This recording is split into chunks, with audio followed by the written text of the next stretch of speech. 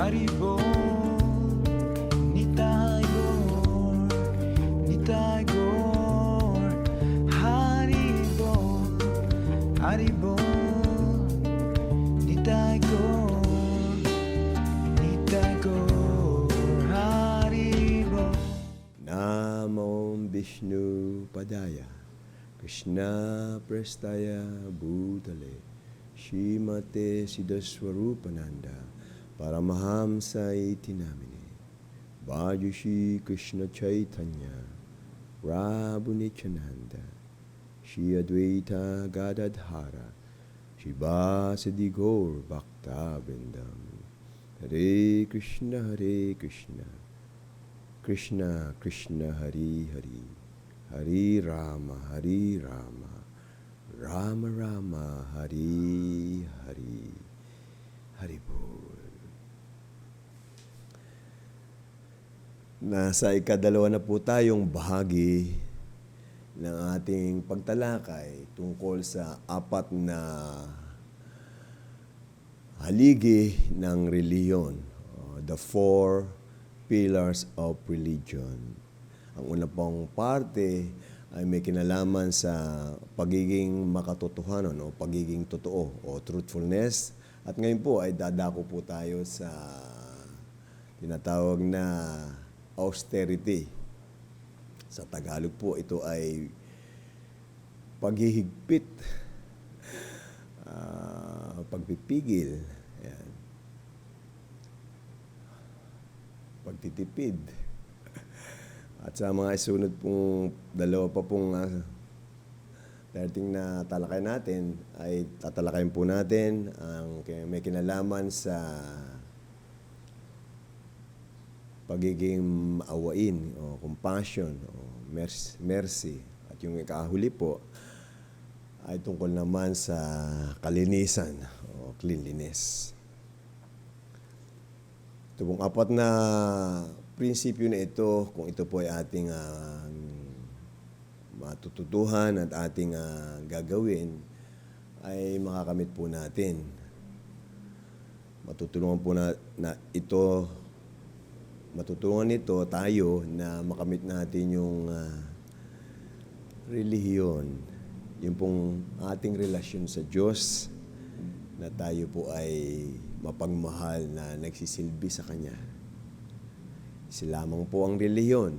Ito po yung ating relasyon sa Diyos. Tagapagsilbi po tayo ng Diyos. So, sa pagpapractice po natin ng austerity, ay matutulungan tayo nito na muling magising sa ating puso yung natural nating katangian na buong puso, taos pusong nagmamahal sa Diyos, nagsisilbi sa Diyos na may buong pagmamahal. So,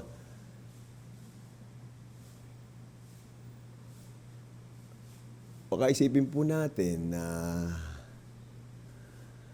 ang hirap naman ng makamit yung relihiyon o mag-practice ng relihiyon. Dahil kasama pala dito yung paghihigpit, okay, pagpipigil. Di ba pwedeng wala nang ganito? Pwede bang gawin na lang natin ang ano man natin gustong gawin?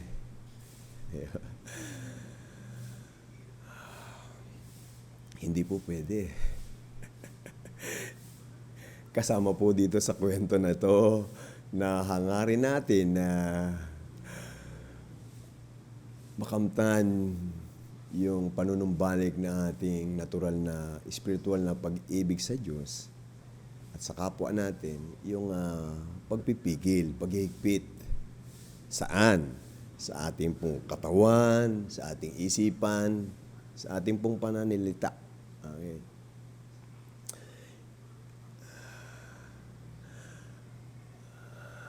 Sa pag-uusap po natin, pagtalakay po natin tungkol sa reliyon, pag binanggit po natin ang salitang reliyon,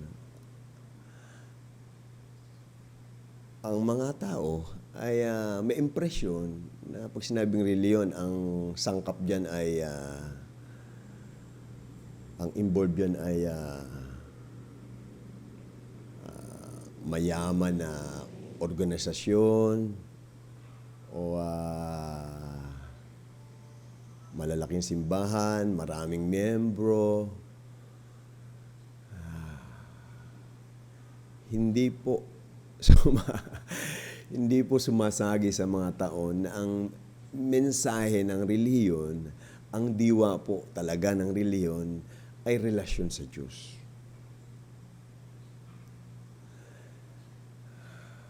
Ito po yung nawawaglit, nawawala sa kamalayan ng mga tao pag nadinig o napag-uusapan yung salitang relihiyon. Harinawa, ay sa discussion po natin ito ay maging maliwanag po sa atin na pag sinabi po, pinag-usapan po natin ng reliyon, ang pinag-usapan po natin yan ay relasyon natin sa Diyos. Panunumbalik, paggising sa matagal na nating nakaligtaan o nakalimutan na relasyon natin sa Diyos. Okay po. So, sa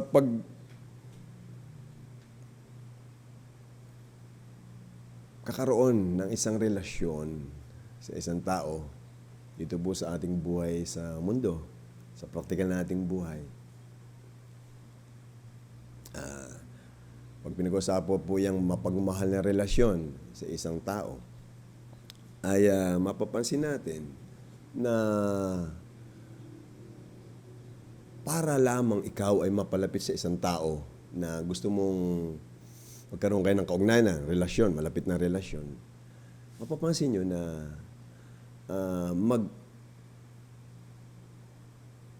maghahangad ka na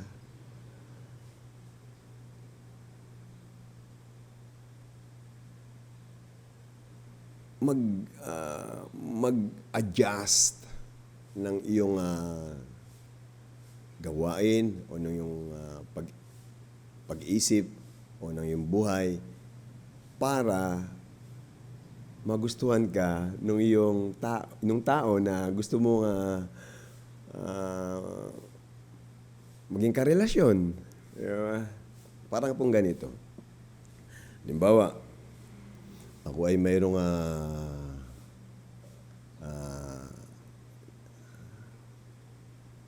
nililigawan na isang tao, na isang babae. Okay?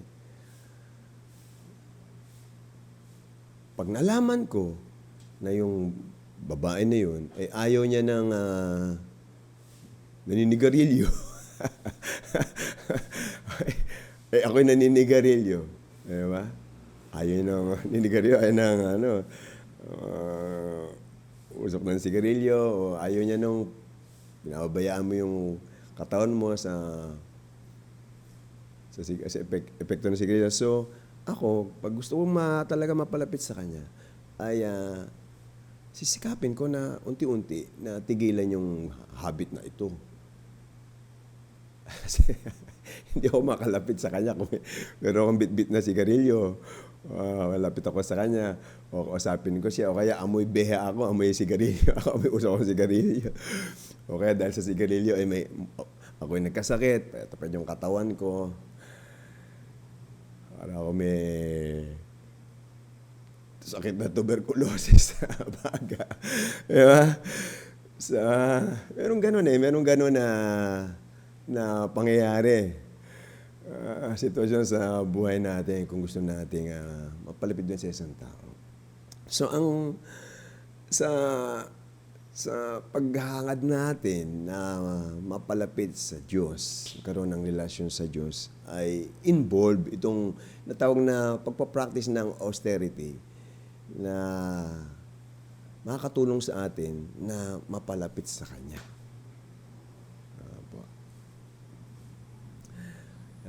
Mayroon tayong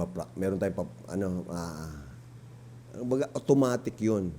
Baga na kasama sa usapan, kasama sa sangkap Yan. Sa pagkakaroon natin ng paghahangad natin na magkaroon ng relasyon sa Kanya. Muling magising yung ating malapit na relasyon sa Kanya. Okay po. So, meron po akong ikinalat na sa social media na verse from the Bible. Okay? Okay po. Ito po ay sa tinuran po ito, sinabi po ito ni Lord Jesus Christ. Okay? At ito po yung dito po ikot yung tema ng ating discussion ngayon. At ang tema po ng ating talakay ngayon ay ang makitid at maluwang na kalsada o daan. The narrow and wide road. Okay po. So, ito po yung verse na tinuran ni Lord Jesus Christ. Enter through the narrow gate, for wide is the gate, and broad is the road that leads to destruction, and many enter through it. But small is the gate, and narrow the road that leads to life, and only a few find it. Matthew chapter 7, verses 13 to 14. Ulitin ko po.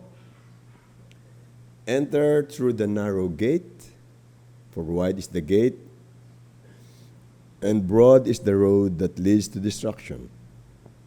And many enter through it. But small is the gate, and narrow is the road that leads to life. And only a few find it. So, meron po ritong advice o payo na pasukin natin yung makitid na gate. Okay? Dahil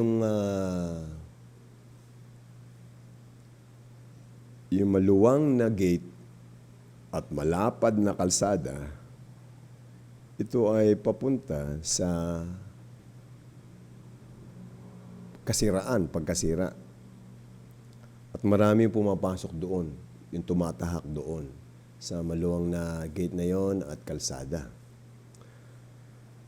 Pero yung gate at kalsada na papunta sa buhay, kaligayahan, spiritual na buhay, spiritual na kaligayahan, ay makitid lamang.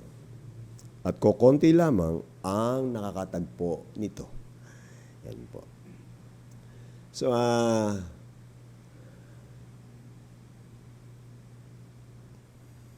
harinawa po ay dumating tayo sa pangunawa na ang mundo na ito, ang material na mundo na ito, ay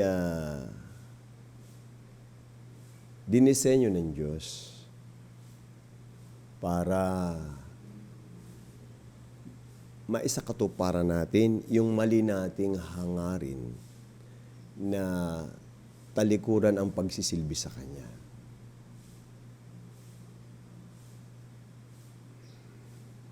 Doon sa spiritual na kaharian niya. Habang po tayo narito, dahil ang hangarin natin ay kalimutan siya, kalimutan yung pagsisilbi sa Kanya.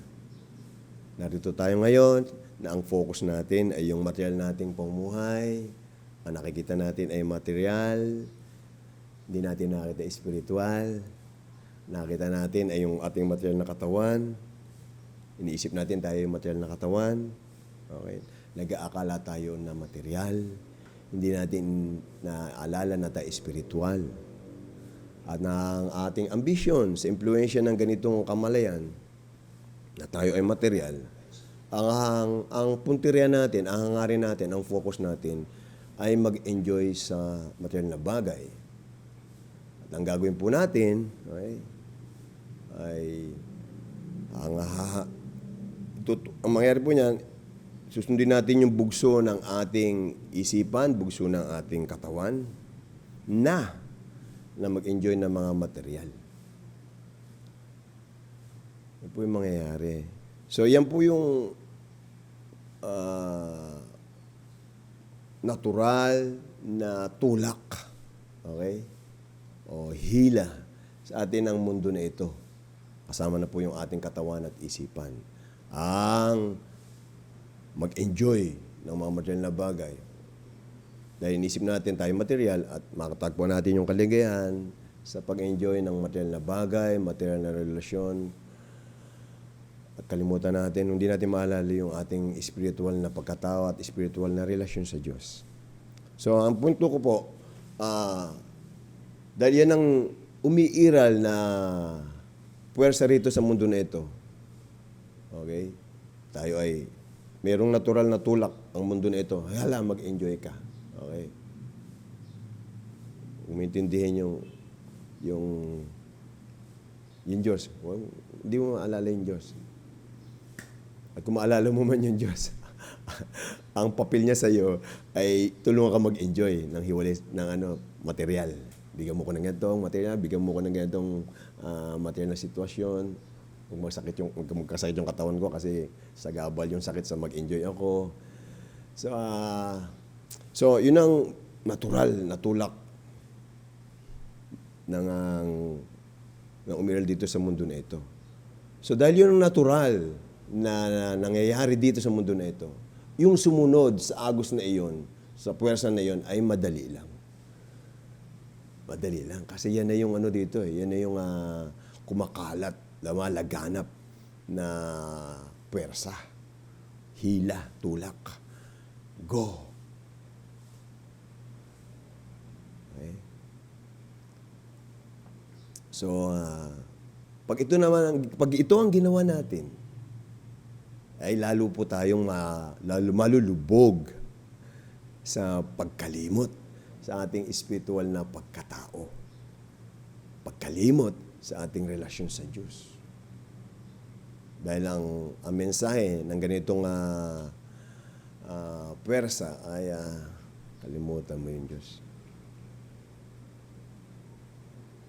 Gawin mo lang yung mag-enjoy, magtamasa. Gawin mo lang yung gusto mo. Hindi mo maalala yung gusto ng Diyos. So, madali lang. At lalo kang malulubog sa pagkalimot.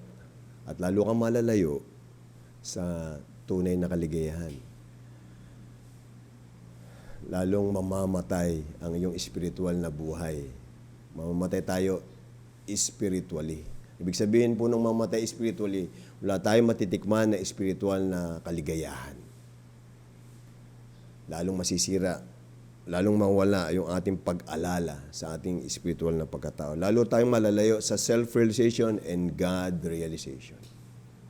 Samantala, sa isang dako, yung pong para po natin maalala muli ang ating spiritual na pagkatao. Maalala natin yung ating relasyon sa Diyos.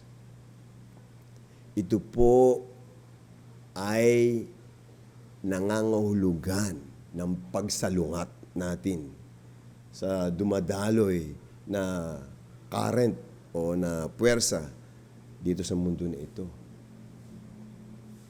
Bagay, kung halimbawa mayroong malakas na daloy ng tubig, pababa, madali lang sumakay dyan.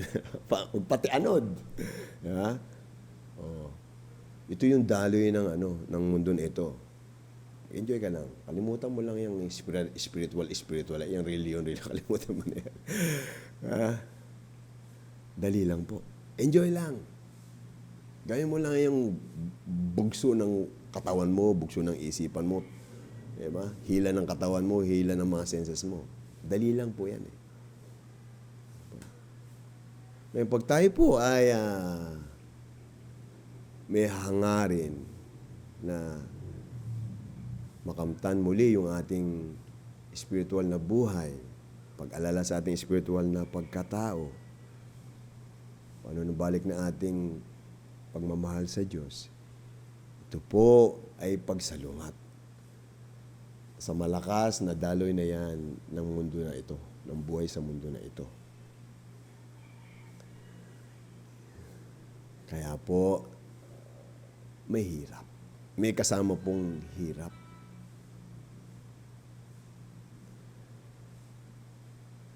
Sa umpisa po, ito po ay mahirap. Kasi po, nasanay po tayo na magpatangay doon sa daloy ng material na pamumuhay. Nasanay po tayo ng patangay sa tulak ng katawan at isipan. Bakit po? Tayo po ay pinapayuhan na sumunod sa mga alituntunin na ibinibigay ng banal na kasulatan, ng mga spiritual masters, ng mismong Diyos, na sumunod sa isang partikular na sistema ng pamumuhay. Kasama na po dyan yung pamumuhay na may halong austerity para po unti-unti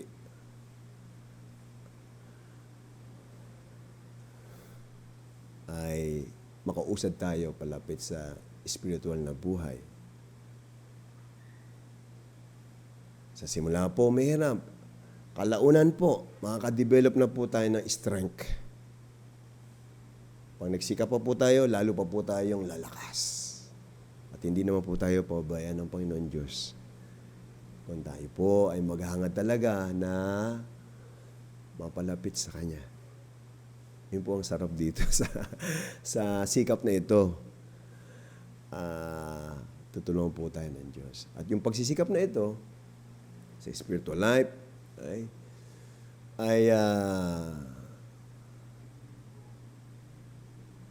sa tulong po ng Diyos, ay hihilahin po niya tayo papunta sa Kanya. Ang malakas po yung hangarin din ng Diyos na makabalik tayo sa Kanya. So, lagi po niya tayong tutulungan. Hanggang sa magtagumpay po tayo. So,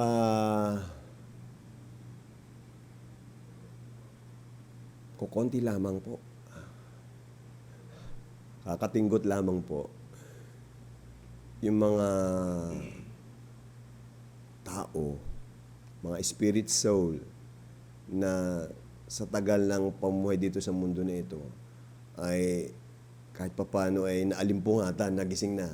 Teka, hindi ako ata lumiligaya sa material na buhay. Manatili pa rin akong empty, bigo. Walang ako nakitang meaning sa buhay ko. Maraming pagdurusa. Saan kaya ako makatagpo ng tunay na kaligayahan, tunay na karunungan? So, madalang po. Ang kahit pa paano yung nakakasumpong sa ganyang kaalaman. Kaya po, sabi po doon sa verse na yan, sa nabintawan Lord Jesus Christ, kukunti lamang ang nakakatagpo nito. Handa ka bang maging isa doon sa mga konti na yun?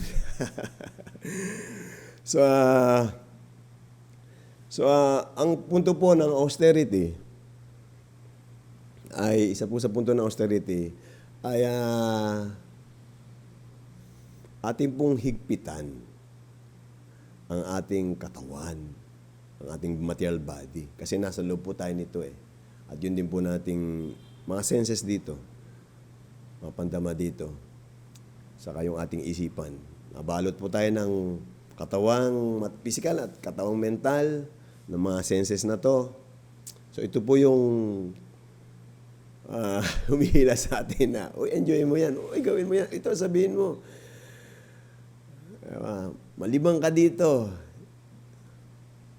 Mag-enjoy ka dito. So, binibigyan po tayo ng payo na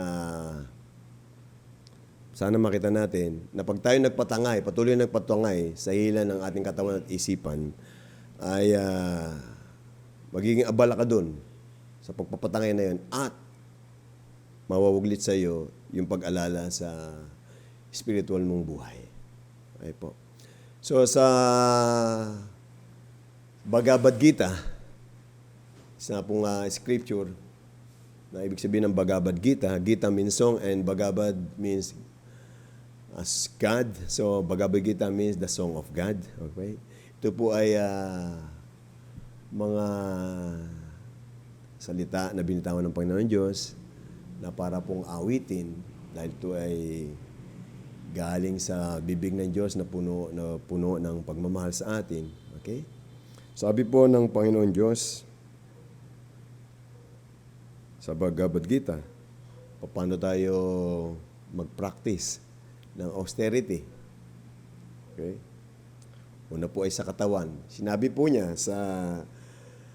sa chapter 15, text o verse 14 ng Bhagavad Gita. Sabi po ng kataas-taasang Panginoong Krishna, sabi po niya, the austerity of the body consists in this: worship of the Supreme Lord, the Brahmanas, the spiritual master, and superiors like the father and mother.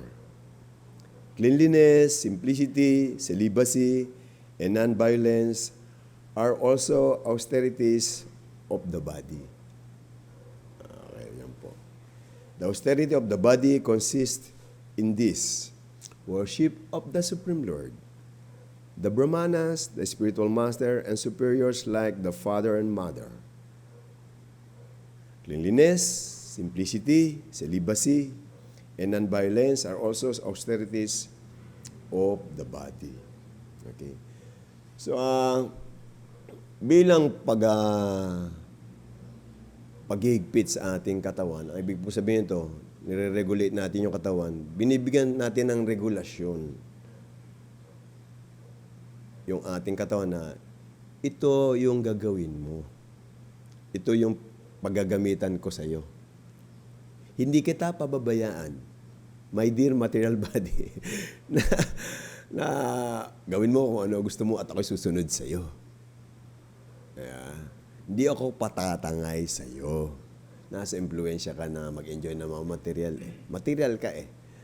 Ito. Ito yung gagawin natin. Ito ang gagawin mo. Okay? Kakain tayo, sapat lang na pagkain. Diba? Magasarap na malilinis, healthy na pagkain. Diba? Makabuti sa katawan. Ito lang yung gagawin mo. Okay? Bibigyan natin ng regulasyon katawan natin. Diba? Rerendahan natin. Parang kabayo na rerendahan natin. Okay? Tayo yung driver ng kabayo. Okay? Hindi yung obayan lang natin kabayo kung saan tayo tatangayin.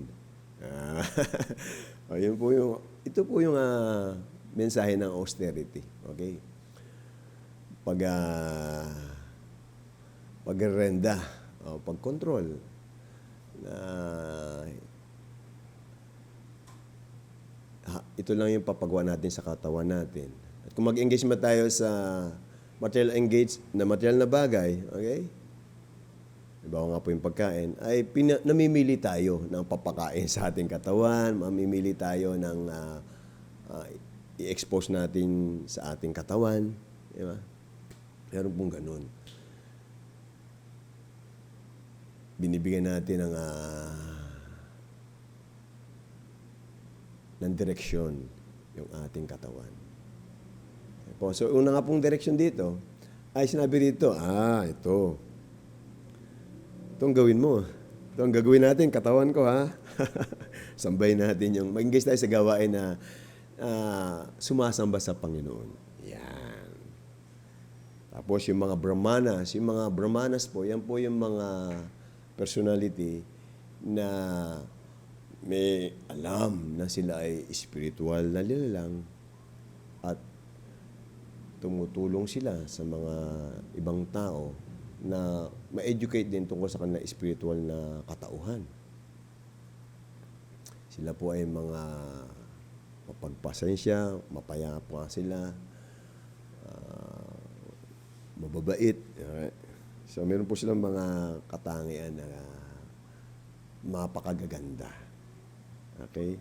At pwede po silang pag-ukulan ng pagsamba. Okay? Na-idol mo ba? Kasi maganda po yung katangian nila. Tapos nandiyan po yung spiritual master. Po. Binigyan po tayo ng instruction ng mismong Panginoong Diyos na pag-ukulan natin ng pagsamba yung spiritual master. Dahil ang spiritual master po ay confidential. Yung tunay pong spiritual master ay confidential na dalisay na tagapagmahal ng Diyos. Confidential na kaibigan na ng Diyos. Kinatawan po sila ng Diyos. At sa tulong po nila, sa ganila, ay makakabalik po tayo sa Diyos. Okay? Ganoon din po, kasama po sa austerity sa katawan, para sa katawan, ay yung pagsamba natin, pagbibigay natin ng paggalang sa mga superior gaya ng ating ama at ina. Okay po.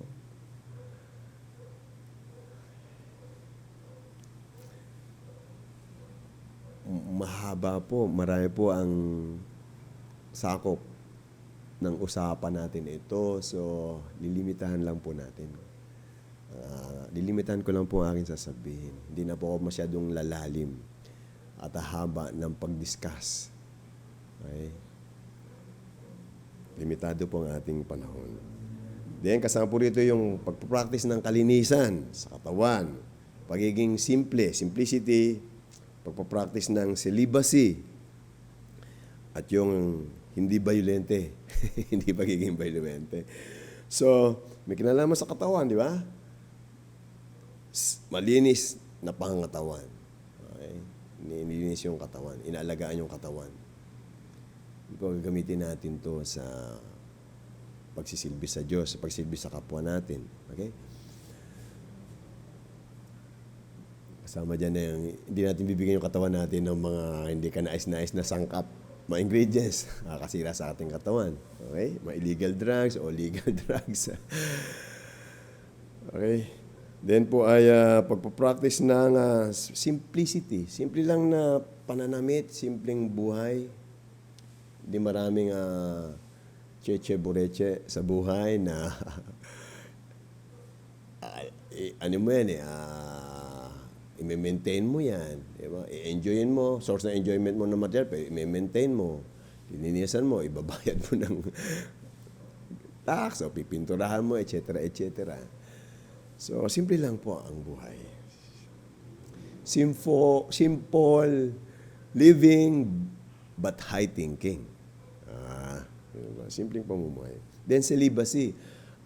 In-encourage po tayo na yung katawan natin, kung mag-against man tayo sa sex, ay para lamang po sa pagkakaroon ng anak. At yung anak natin na yun ay palaki natin na papunta sa paghahangad ng self-realization and God-realization. Hindi po, dahil meron tayong sex organ, hala ka ng hala, gamitin mo yan sa pag-enjoy ng sex. Kung kani-kanino. Di ba?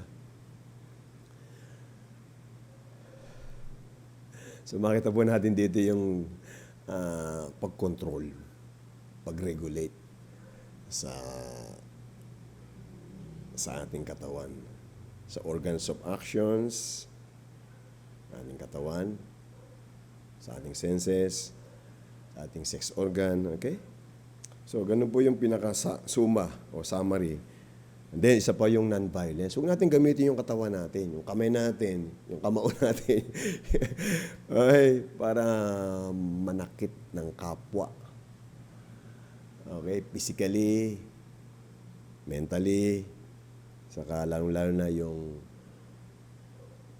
spiritually. kung saan nagsasalita tayo sa tao o in-influensyahan natin yung tao na makalimutan niya yung kanyang pagiging spirit soul. Okay po? So, gawin naman po tayo sa iba pang anyo ng pagpapractice ng austerity. Mula rin po ito sa Bhagavad Gita, kaduktong ng verse na binasa ko kanina. Ito po naman ay sa text 15. Kanina po ay text 14, chapter 7. Sabi po rito ng Panginoong Diyos, okay?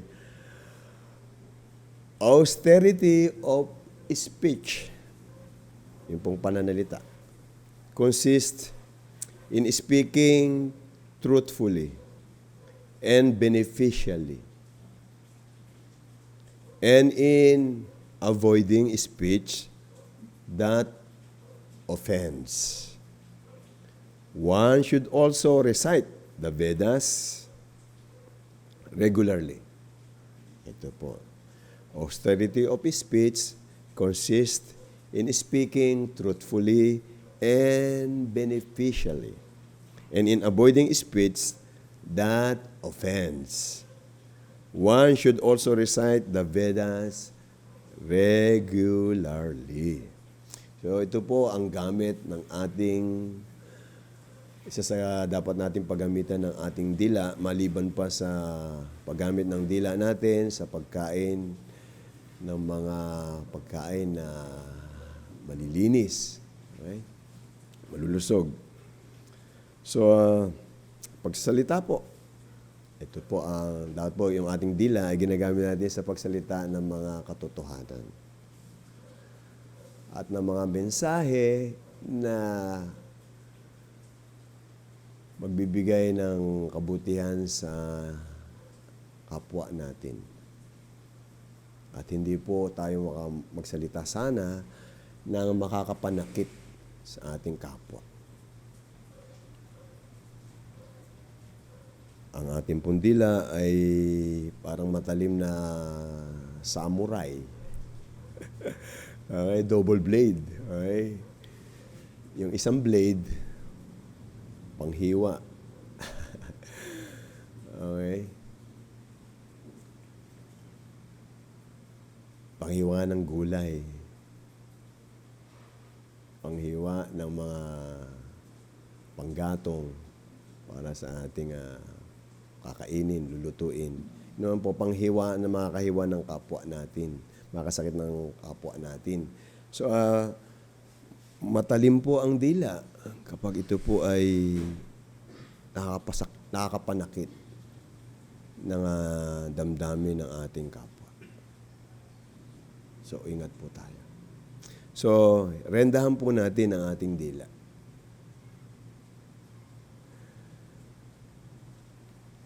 At ito po ay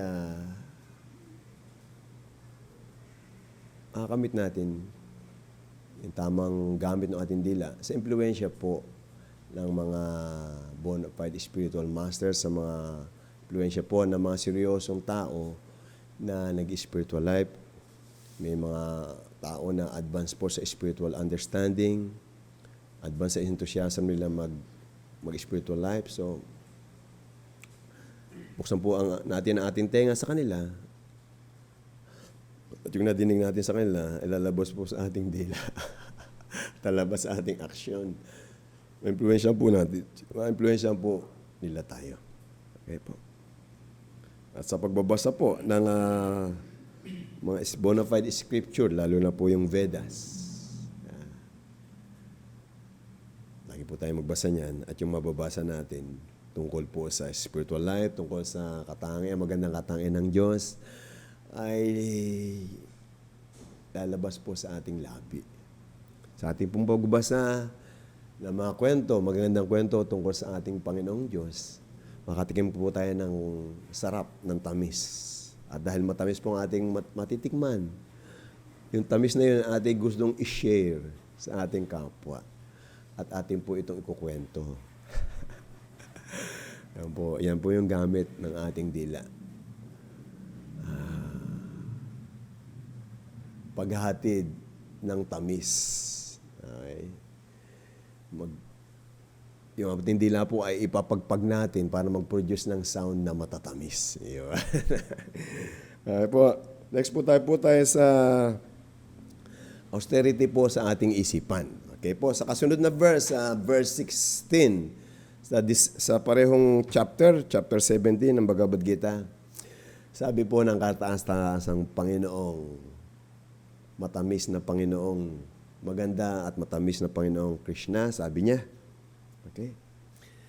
And serenity, simplicity, gravity, self-control, and purity of thought are the austerities of the mind. Ulitin ko po. And serenity, simplicity, gravity, self-control, and purity of thought are the austerities of the mind. Serenity, magiging pong payapa, tahimik. Makamit po ito ng isang tao kapag ang inisip po niya isip ng tao, ay may kinalaman sa self-realization, may kinalaman sa spiritual life.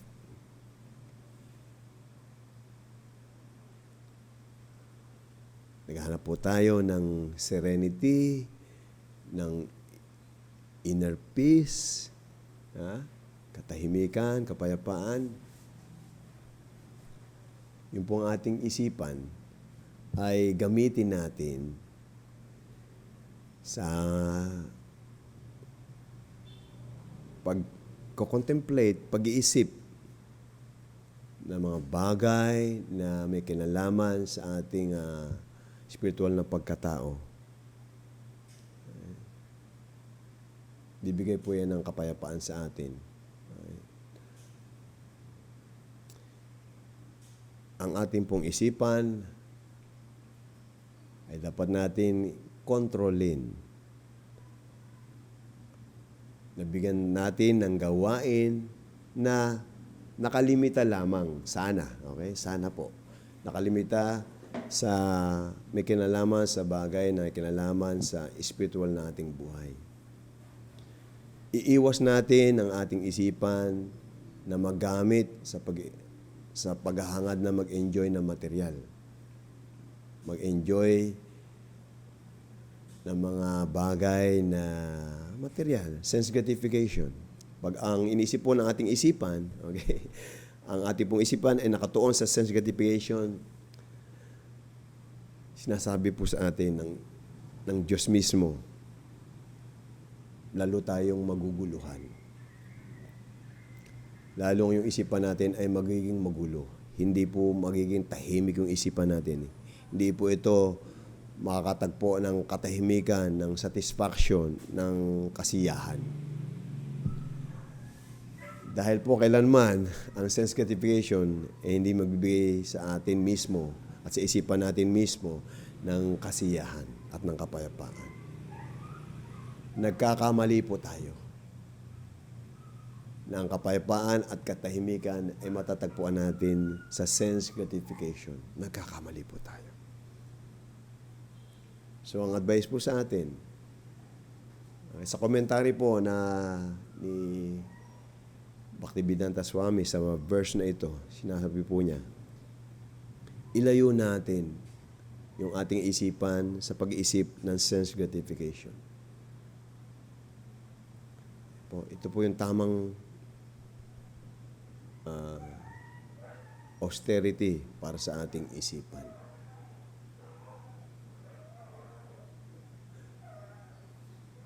Bigyan natin ng limitasyon. Higpitan natin yung ating isipan. Dito ka lang, mahal kong isipan. Pasa kapakanan nating pareho, ikaw na isipan ko. Okay? Parang kinakausap.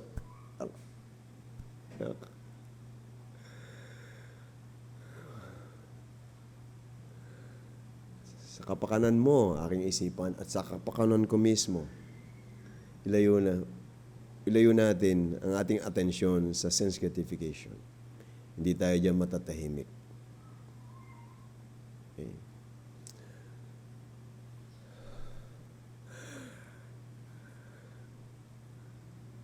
Kung ang hangad po natin ay self-realization, God realization, spiritual knowledge, transcendental knowledge, tayo po ay pinapayuhan na huwag tayo magkaroon ng interest. Huwag tayong mahangad ng sense gratification. Ulitin ko po, kung tayo ay naghahangad ng spiritual, transcendental knowledge, wisdom, huwag kang maghangad ng sense gratification. Ganon din po, kung naghahangad ka naman ng sense gratification, kalimutan mo yung paghahangad sa karunungan o sa wisdom. Okay po. So ito po ay mga payo sa atin para po muling mapukaw sa atin yung wisdom at yung spiritual na katangian natin. Iba pa po nating spiritual na katangian na tayo ay mayroong spiritual na pagmamahal sa Diyos at sa kapwa natin. Maging pure po ang ating pag-iisip. Purity of thought. Purity of thought. Ibig sabihin, huwag mag-isip ng material. Mag-enjoy ng material. Isipin man natin yung material, isipin natin na iyan ay galing sa Diyos. Gagamitin ko yan sa pagsisilbi sa Diyos. Totoo naman po yung material, may material na bagay. At isipin po natin na iyan ay galing sa Diyos, dapat gamitin sa pagsilbi sa Diyos. At hindi para sa ating pansariling kapakanan o enjoyment. Okay po. So, yan po yung mga austerities. May kinalaman sa katawan, sa itipan, sa ating dila. Okay. Na arinawa po ay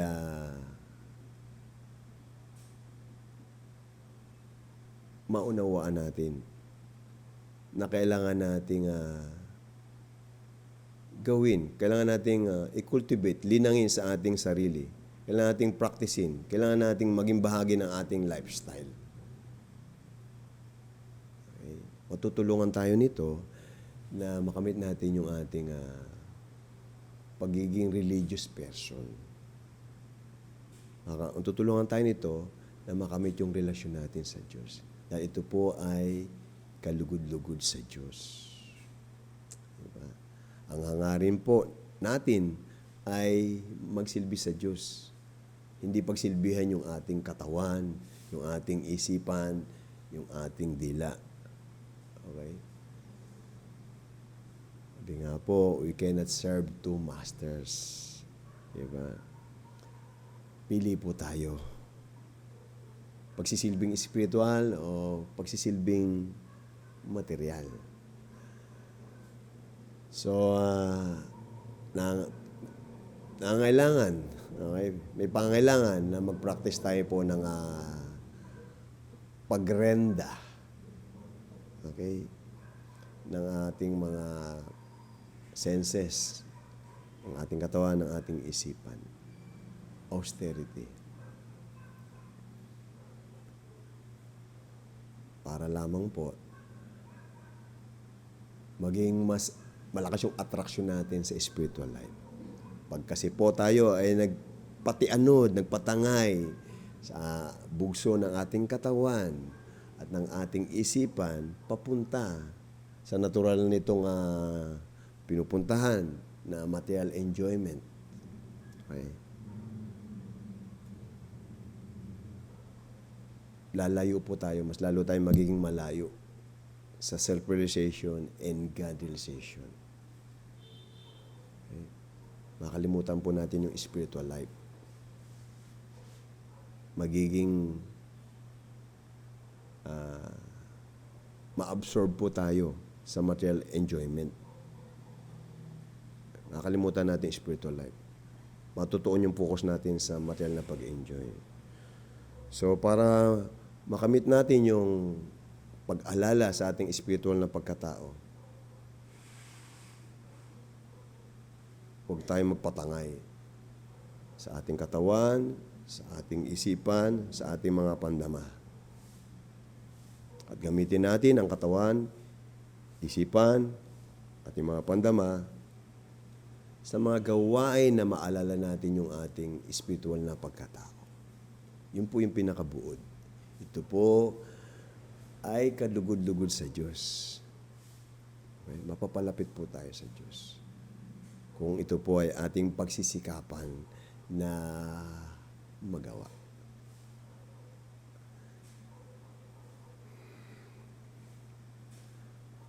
So, alinsunod sa diniscuss po natin ito na pagpapractice ng austerities. Okay? Gamitin po natin yung ating katawan, ating pandama, yung ating dila, at ating isipan sa gawain na ito ng meditation. Okay? Sana inaawit natin, pinapakinggan natin, iniisip natin. Ayan. Yung pong mga spiritual sound, mga holy sound, mga banal na pangalan ng kataas-taasang Panginoon. Ito po ang nire-recommenda sa atin na gawain para po madali nating makamit yung ating mapagmahal na relasyon sa Diyos. Salamat po. Hanggang pong sumuli. Haribol.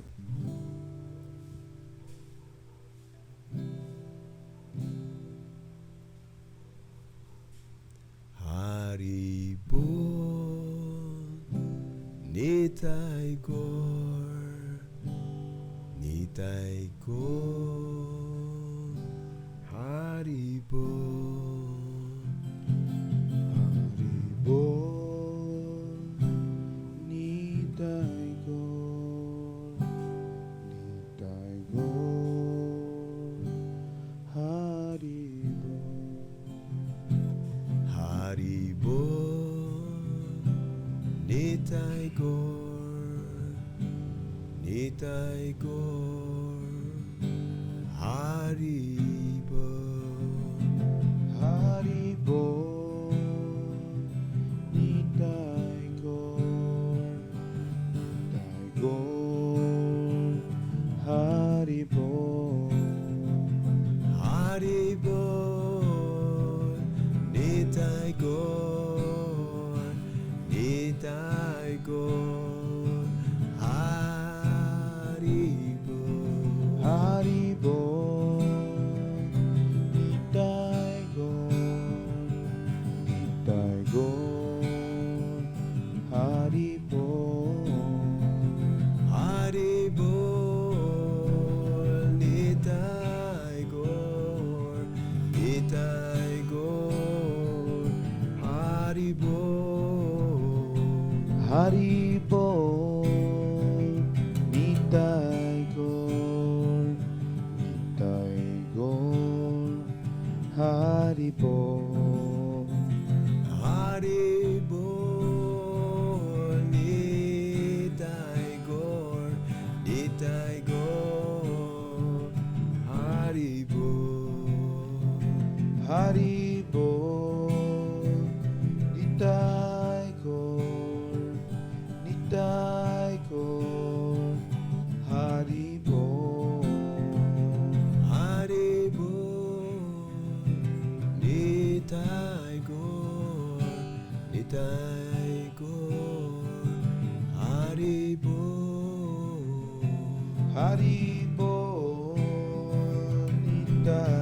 Gor, Nitai Gor, Haribol. Haribol, Nitai Gor, Nitai Gor, Haribol.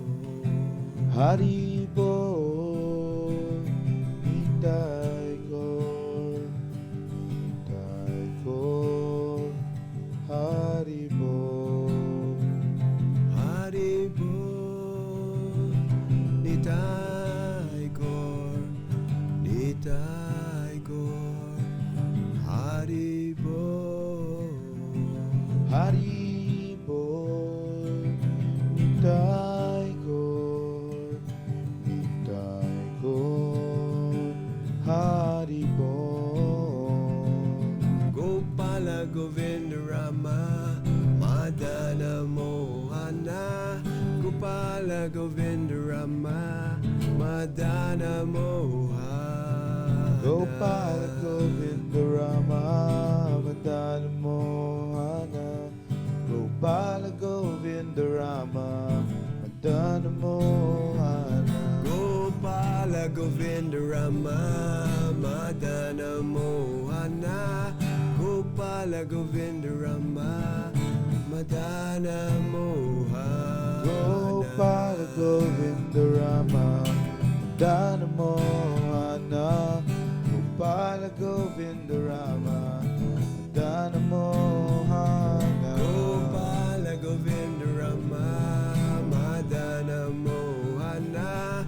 Gopala Govinda Rama, Madana Mohana. Gopala Govinda Rama, Madana Mohana.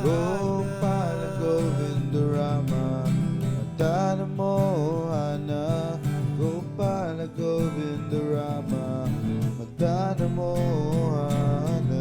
Gopala Govinda Rama, Madana Mohana. Gopala Govinda Rama, Madana Mohana. Gopala Govinda Rama, Madana Mohana. Gopala Govinda Rama, Madana Mohana. Haribol, Nitai Gaur, Nitai Gaur. Haribol, Haribol, Nitai Gaur, Nitai Gaur. Haribol. Haribol, Nitai Gaur, Nitai Gaur. Haribol, Haribol, Nitai Gaur, Nitai Gaur. Haribol. Haribol, Nitai Gaur, Nitai Gaur. Haribol, Haribol, Nitai Gaur, Nitai Gaur. Haribol. Haribol, Nitai Gaur, Nitai Gaur. Haribol, Haribol, Nitai Gaur, Nitai Gaur. Haribol. Haribol, Nitai Gaur, Nitai Gaur. Haribol, Haribol,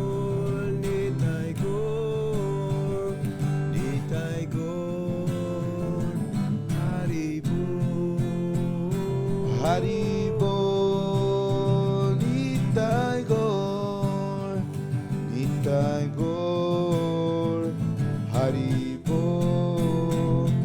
Haribol, Nitai Gaur, Nitai Gaur. Haribol,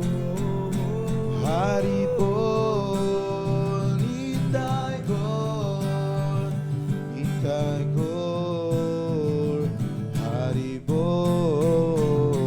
Haribol, Nitai Gaur,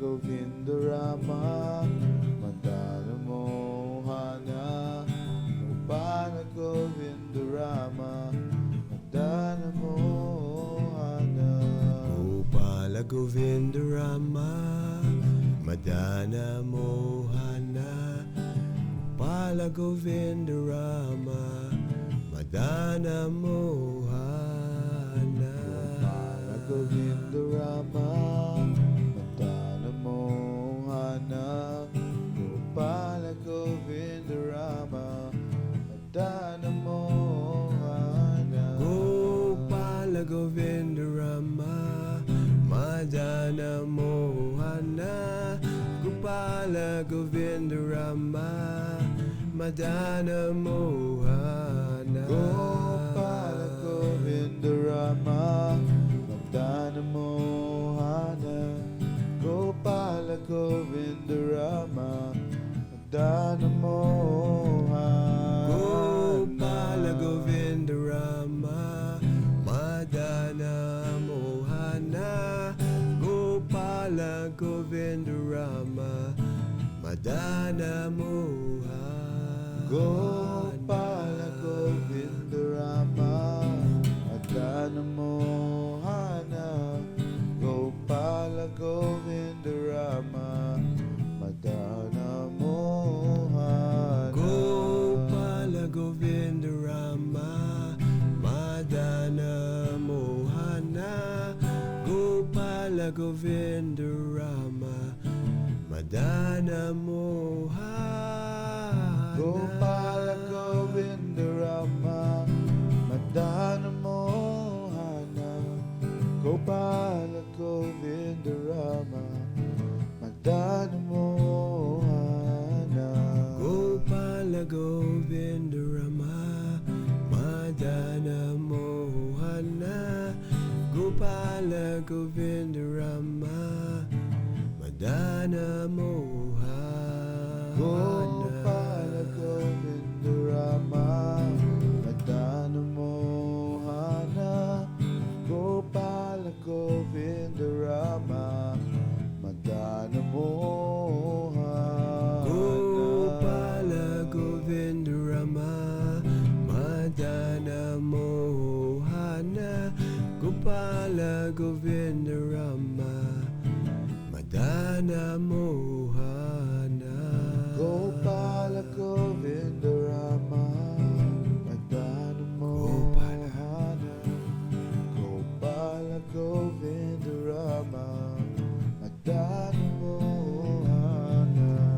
Gopala Govindurama Madana Mohana Gopala Govindurama Madana Mohana Gopala Govindarama Madana Mohana Gopala Govindarama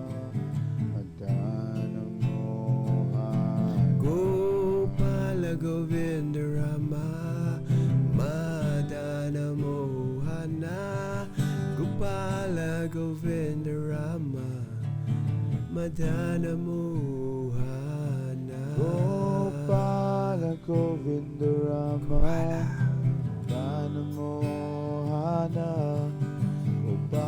Govindurama Madana Mohana Gopala Govindarama Madana Mohana Gopala Govindarama Madana Mohana Gopala Govindurama Madana Mohana Gopala Govindurama Madana Mohana